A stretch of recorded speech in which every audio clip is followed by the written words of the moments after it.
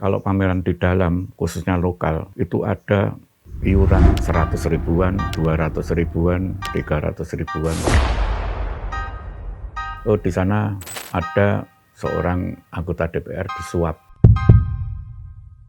Kowe arep urip saka dunia seni. Orang tua saya pun nggak percaya itu bisa. Dan saya pun tidak pernah menganggap hubungan antara seni dan rupiah yang menghidupi ini berkolerasi. Semuanya diukur dengan rupiah. Mungkin saya nggak normal. Realitanya memang karena kondisi DPR ini itu sakit.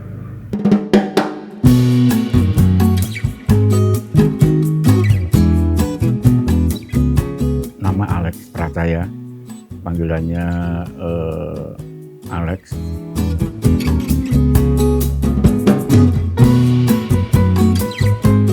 Pekerjaan yang tidak berhubungan dengan seni, kayaknya 100% semuanya berhubungan dengan berkesenian.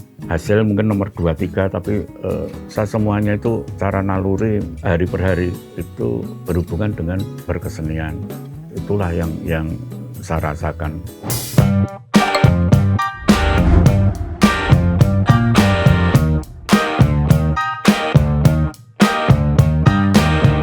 Oh iya, itu kartunis itu memang mingguan di Jawa Pos waktu masih kantornya di Malioboro, depan Hotel Garuda.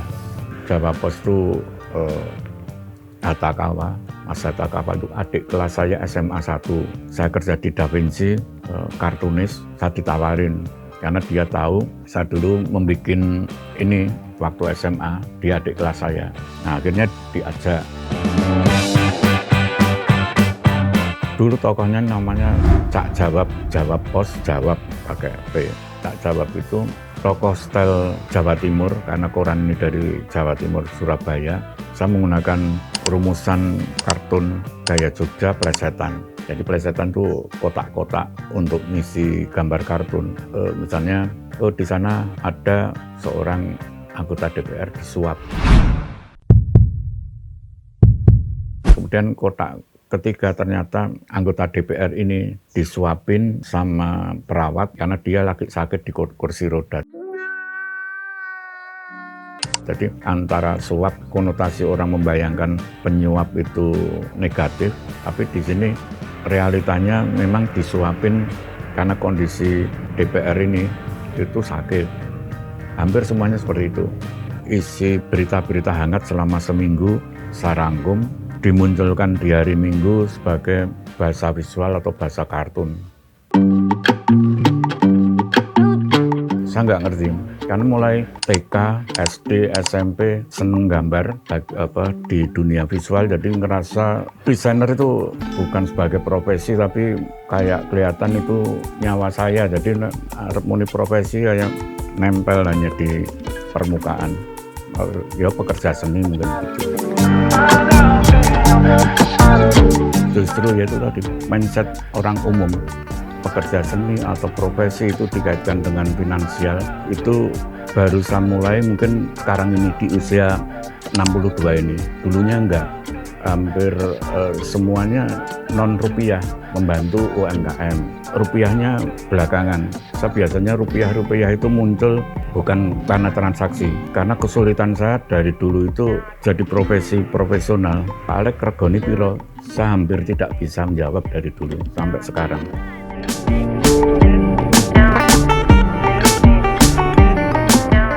Orang tua saya mengatakan, kowe arep urip saka dunia seni. Orang tua saya pun nggak percaya itu bisa. Dan saya pun tidak pernah menganggap hubungan antara seni dan rupiah yang menghidupi ini berkolerasi.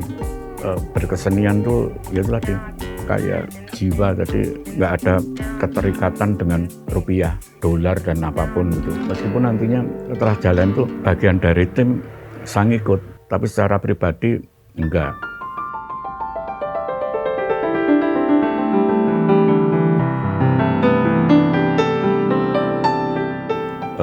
Kaitannya dengan pernah terpuruk atau tidak, saya itu sebenarnya dilahirkan dari sesuatu yang terpuruk. Kalau yang di berkesenian sama persis. Terpuruk mulai awal, mengarahnya akhirnya berkaryanya cenderung lebih ke spiritual sebenarnya. Berkarya di wilayah yang desain yang tampak, tapi ini nggak tampak. Milihnya seni ya untuk seni. Meskipun dapat duit itu di saat saya bekerja di orang lain, karena mereka nggak memahami itu. Di saat berkeluarga baru akhir-akhir ini sering sadar di belakang saya itu bukan orang yang punya pemikiran sama. Ada istri, ada anak, itu pemikirannya orang umum. Yaitu tadi, kalau terpuruk ukurannya materi, sampai hari ini terpuruk.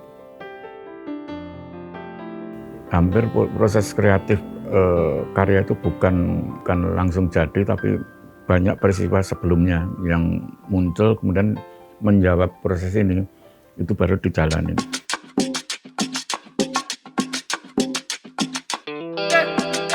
Saya bikin peta Jogja.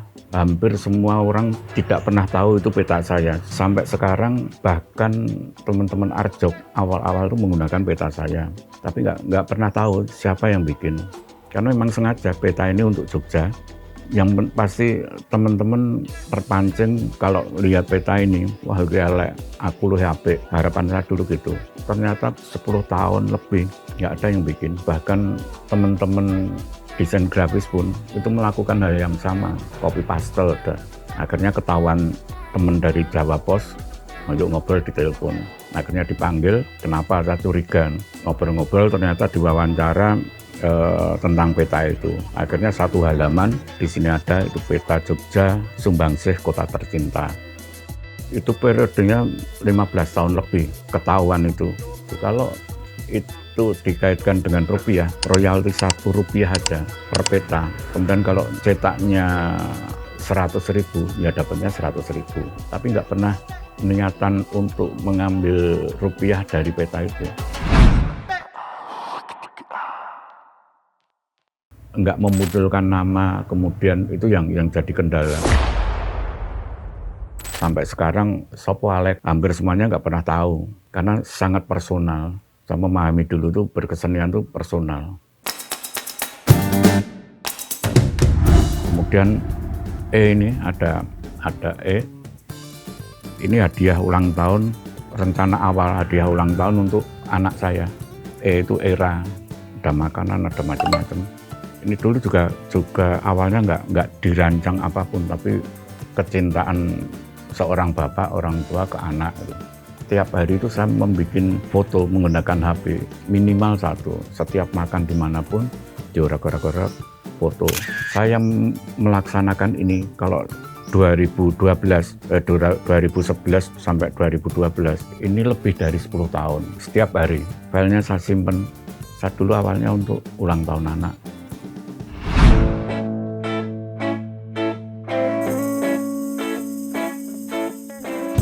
Aku ketemu banyak temen itu senang banget. 10 tahun nggak ketemu hanya nyerahin ini, terus ngobrol, silaturahmi muncul. Kemudian ini undangan mantan. Kalau diserahkan, pengalaman saya itu semuanya ekspektasinya tinggi. Setelah dibuka gini, nah ini undangan mantan nih.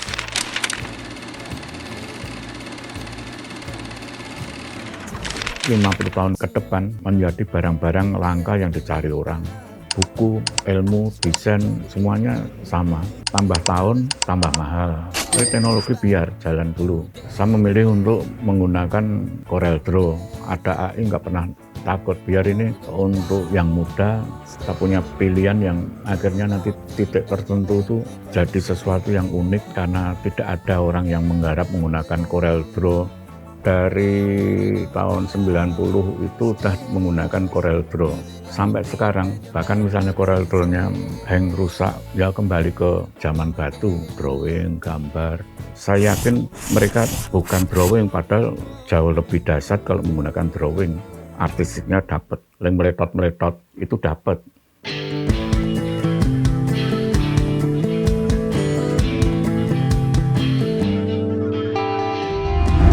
Mengerjakan 3 tahun ini pameran internasional.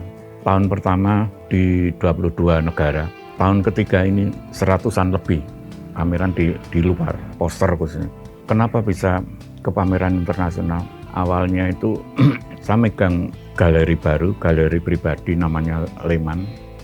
Saya ingin belajar display pameran yang pas atau tepat itu seperti apa. Saya pengen hanya di situ awalnya. Saya ngacunya bukan pameran yang ada di Jogja, tapi di luar negeri. Akhirnya berteman karena saya punyanya hanya Facebook dan Instagram. Berteman kalau 5.000 paling tidak 100 orang luar negeri, itu saja berteman. Saya hanya melihat mereka berpameran. Mulainya dari situ, pameran atau tepat itu seperti apa. Saya pengen hanya di situ awalnya.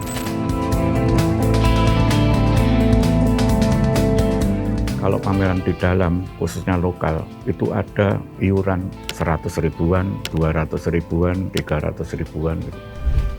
Ini free. Saya ngirim pakai email, nanti laporan balik itu pamerannya udah dilaksanakan. Itu ada 100-an sekian. Dan keuntungannya yang nggak saya rencanakan. Pameran internasional itu bisa kita pilih langsung. Itu kalau di olahraga nggak bisa milih, langsung ikut olimpiade, poster, kemudian pameran desain grafis, fotografi, itu bisa langsung internasional. Nah, saya mengajak untuk masuk ke ini karena ikut kompetisi nggak perlu dulu, nggak apa-apa. Yang penting berkarya.